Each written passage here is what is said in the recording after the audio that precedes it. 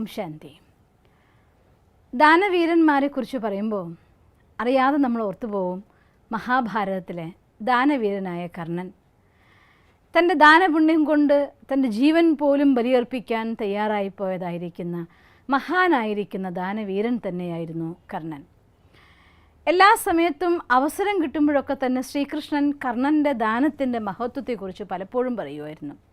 ഒരിക്കൽ ശ്രീകൃഷ്ണനും അർജുനനും കൂടി ഒരു കാര്യത്തിന് വേണ്ടി പോയിക്കൊണ്ടിരിക്കുകയാണ്. ഒരു കാട്ടിലൂടെ നടന്നുകൊണ്ടിരിക്കുന്ന സമയത്ത് എന്തോ ഒരു അവസരം സംസാരിച്ച കൂട്ടത്തിൽ ശ്രീകൃഷ്ണൻ അപ്പോഴും കർണൻ്റെ ദാനത്തിൻ്റെ മഹത്വത്തെക്കുറിച്ച് പറഞ്ഞു. അപ്പോൾ അർജുനൻ ചോദിക്കുകയാണ്, എന്തുകൊണ്ടാണ് ശ്രീകൃഷ്ണ, ഞാനും ആളുകൾക്ക് ദാനം കൊടുക്കുന്നുണ്ടല്ലോ, കർണനും ദാനം കൊടുക്കുന്നുണ്ട്, രാജാവായ പലരും ദാനം കൊടുക്കുന്നവരാണ്, എന്നിട്ട് എന്തുകൊണ്ടാണ് കർണൻ്റെ ദാനത്തിന് ഇത്രയധികം മഹത്വം പറയുന്നത് പറയും. അപ്പോൾ ശ്രീകൃഷ്ണൻ ഒന്നും മിണ്ടില്ല, ഒന്ന് ചിരിച്ചുകൊണ്ട് ഒരു കാര്യം ചെയ്യൂ അങ്ങ്, ഇതിനടുത്ത് തന്നെ ഒരു ഗ്രാമമുണ്ട്, ഞാനിപ്പോൾ നിങ്ങൾക്ക് കാണിച്ചു തരാമെന്ന് പറഞ്ഞുകൊണ്ട് 2 സ്വർണത്തിൻ്റെ മലയന ഉണ്ടാക്കുകയാണ്. എന്നിട്ട് അർജുനനോട് പറയും, അർജുന, ഈ മലയിലെ സ്വർണം മുഴുവൻ, ഈ 2ഉം പൂർണ്ണമായും സ്വർണത്തിൻ്റെ മലകളാണ്, അങ്ങൊരു കാര്യം ചെയ്യൂ, ഇത് മുഴുവൻ ഈ ഗ്രാമത്തിലെ ഗ്രാമവാസികൾക്കായിട്ട് കൊടുത്തുകൊണ്ടേയിരിക്കാൻ പറയും. അർജുനന് വലിയ സന്തോഷമായി, ദാനം കൊടുക്കാമല്ലോ. അങ്ങനെ ശ്രീകൃഷ്ണൻ ഉണ്ടാക്കിയതായിട്ടുള്ള സ്വർണ്ണമലകളെ അർജുനൻ കൊടുത്തുകൊണ്ടേയിരുന്നു. ഓരോരുത്തർക്കും എത്ര വേണമെന്ന് ചോദിക്കുന്ന അളവിൽ യാതൊരു മടിയില്ലാതെ സ്വർണം കൊടുത്തുകൊണ്ടേയിരുന്നു. എത്ര തന്നെ സ്വർണം കൊടുക്കുമ്പോഴും ഗ്രാമവാസികൾ ആ സ്വർണത്തെ കൊണ്ടുപോയിട്ട് വീട്ടിൽ വയ്ക്കും, തിരിച്ച് വീണ്ടും സ്വർണം വാങ്ങാൻ വേണ്ടി വരും. വാങ്ങുന്നവരുടെ എണ്ണവും കുറയുന്നില്ല, ഈ മലകൾ എത്ര കൊടുത്തിട്ടും തീരുന്നുണ്ടായിരുന്നില്ല. ഓരോ ഗ്രാമവാസികളാണെങ്കിൽ അർജുനൻ്റെ മഹത്വത്തെ ഇങ്ങനെ വാഴ്ത്താൻ തുടങ്ങി. അർജുനൻ എന്തൊരു ദാനശീലനാണ്, എത്രയാണ് അൺലിമിറ്റഡ് ആയിട്ട് നമുക്ക് തന്നുകൊണ്ടേയിരിക്കുക എന്നൊക്കെ പറഞ്ഞുകൊണ്ടിരുന്നു. അങ്ങനെ ഓരോ പ്രാവശ്യവും ഓരോരുത്തരും അർജുനനെ പുകഴ്ത്തിക്കൊണ്ടിരുന്നു. അത് കേട്ട് സന്തോഷം കൂടി ക്ഷീണം മറന്ന് അർജുനൻ കൊടുത്തുകൊണ്ടേയിരിക്കുകയാണ്. കുറേ സമയം കൊടുത്ത ശേഷം പിന്നെ പതുക്കെ ക്ഷീണം അർജുനനെ കീഴ്പ്പെടുത്താൻ തുടങ്ങി.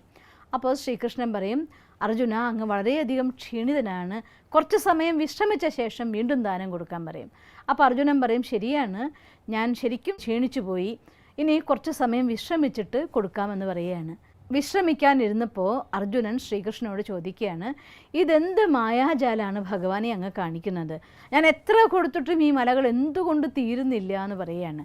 അപ്പോൾ പറയും, അങ്ങനെ അങ്ങേക്ക് തോന്നുന്നുണ്ടെങ്കിൽ അംഗരാജാവായ കർണന് സന്ദേശം കൊടുക്കൂ, കുറേ ദാനം കൊടുക്കാനുള്ള വസ്തുക്കളുണ്ട്, വരണമെന്ന്. അങ്ങനെ അർജുനൻ സന്ദേശം അയച്ചു. കർണൻ വന്നു. കൃഷ്ണൻ വിളിച്ചതനുസരിച്ച് കർണനോട് ശ്രീകൃഷ്ണൻ പറയുകയാണ്, ഈ 2 മലകൾ ഇത് മുഴുവൻ സ്വർണ്ണമാണ്, അങ്ങ് ഇവിടുത്തെ ഗ്രാമവാസികൾക്കായി ഇത് ദാനം കൊടുക്കാൻ വേണ്ടിയുള്ളതാണെന്ന് പറയും. അപ്പോൾ കർണൻ ഉടനെ തന്നെ ആ ഗ്രാമവാസികളെല്ലാവരെയും വിളിച്ചുകൂട്ടി അവരോടായിട്ട് പറയുകയാണ്, ഈ 2 മലകൾ സ്വർണത്തിൻ്റെ, ഇത് നിങ്ങൾക്കെടുക്കാനുള്ള മലകളാണ്, അതുകൊണ്ട് ഇത് എത്ര വേണോ നിങ്ങൾക്കതെടുത്ത് അങ്ങ് കൊണ്ടുപോയിക്കൊള്ളാൻ പറഞ്ഞു. എല്ലാവരും കൂടി സ്വർണ്ണം എടുക്കാൻ തുടങ്ങി. അത് ഏൽപ്പിച്ച ശേഷം കർണൻ അവിടെ നിന്ന് പോവുകയും ചെയ്യും. അപ്പോൾ ശ്രീകൃഷ്ണൻ പറയും, കണ്ടോ, ദാനം കൊടുത്ത് കൃഷ്ണൻ ഉണ്ടാക്കി കൊടുത്ത മലയായിരുന്നു അത്, എന്നിട്ട് പോലും ദാനം കൊടുത്ത് എല്ലാവരും അർജുനൻ്റെ മഹത്വം വാഴ്ത്തിയപ്പോൾ അർജുനൻ കൊടുത്തു എല്ലാവർക്കും, പക്ഷേ അതാർക്ക് എത്ര വേണം എന്ന് അളന്നു കൊടുത്തു. അതേസമയം കർണൻ ദാനം കൊടുത്തപ്പോൾ ആ കൊടുത്ത വസ്തുവിൻ്റെ ആക്കമോ തൂക്കമോ നോക്കാതെ ആർക്ക് എത്ര വേണമോ അത്രയ്ക്ക് എടുക്കാനുള്ളതായിരിക്കുന്ന ഫ്രീഡം കൊടുത്തു. ഇതാണ് 2 ദാനവും തമ്മിലുള്ളതായിട്ടുള്ള വ്യത്യാസം. അതുകൊണ്ട് ദാനം കൊടുക്കുന്ന സമയത്ത് നമുക്ക് പേരും പ്രസിദ്ധിയും സ്ഥാനവും മാനവും കിട്ടുമ്പോൾ അത് ഏറ്റവും നല്ല കാര്യമെന്ന് വിചാരിക്കുകയും, അതേസമയം നമുക്ക് പ്രസിദ്ധി കിട്ടുന്നില്ല എങ്കിൽ ആ ദാനം കൈ ചുരുക്കുകയും ചെയ്യുന്നതായിരിക്കുന്ന സ്വഭാവം അത് ഒരിക്കലും ദാനത്തിൻ്റെ പെർഫെക്ഷനായിട്ട് മാറാറില്ല. അതുകൊണ്ട് ദാനം കൊടുക്കുന്ന സാധനം വലതു കൈ കൊണ്ട് കൊടുത്താൽ ഇടത് കൈ കൊണ്ട് അറിയരുത് എന്നാണ് പറയുന്നത്. ഗുപ്തദാനം മഹാപുണ്യം എന്ന് പറയും. അതുകൊണ്ട് തൻ്റെ കർമ്മത്തിന് സ്വയം പുകഴ്ത്തല്ല വേണ്ടത്, മറ്റുള്ളവർക്ക് ആ സുഖവും സമൃദ്ധിയും കൊടുക്കുമ്പോഴും നിങ്ങൾ ഗുപ്തമായിക്കൊണ്ട് ഞാൻ കൊടുത്തത് എന്ന ഫീലിംഗ് കൂടി ഒഴിവാക്കി കൊടുത്താൽ മാത്രമാണ് ദാനം ദാനമാകുന്നത്.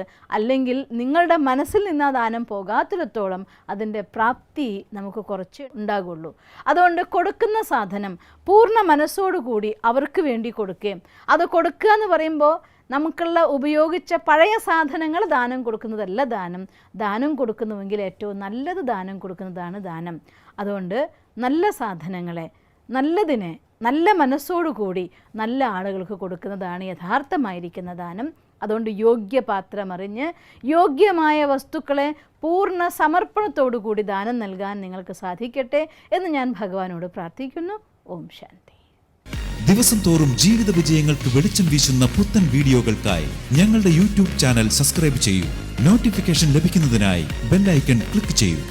ഒപ്പം ഞങ്ങളുടെ ഫേസ്ബുക്ക്, ട്വിറ്റർ, ഇൻസ്റ്റാഗ്രാം പേജുകൾ ഫോളോ ചെയ്യൂ. നന്ദി.